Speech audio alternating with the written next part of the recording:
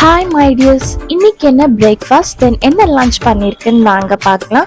So நேற்று கொஞ்சம் நைட்டுக்கு டின்னர் இட்லி பண்ணதால கொஞ்சம் மீந்துருச்சு. அதனால இட்லி உப்புமா மாதிரி மார்னிங்கே பண்ணிட்டு இருந்தேன். தென் வீக்லி ஒன்ஸ் கீரை எடுத்துக்கணும். ஸோ அரைக்கீரை வாங்கிட்டு இருந்தோம், அதுதான் கடைஞ்சிட்டு இருந்தோம். அதுக்கப்புறமா இன்னைக்கு என்ன லஞ்சுன்னு பார்த்தீங்கன்னா ஒயிட் ரைஸ் எப்பவும் போல தான். இதுக்கு சைட் டிஷ்ஷாக பார்த்தீங்கன்னா லேடிஸ் ஃபிங்கர் அந்த பொரியல் மாதிரி பண்ணிட்டு இருந்தோம், வெண்டைக்காய் பொரியல் மாதிரி பண்ணிட்டு இருந்தோம்.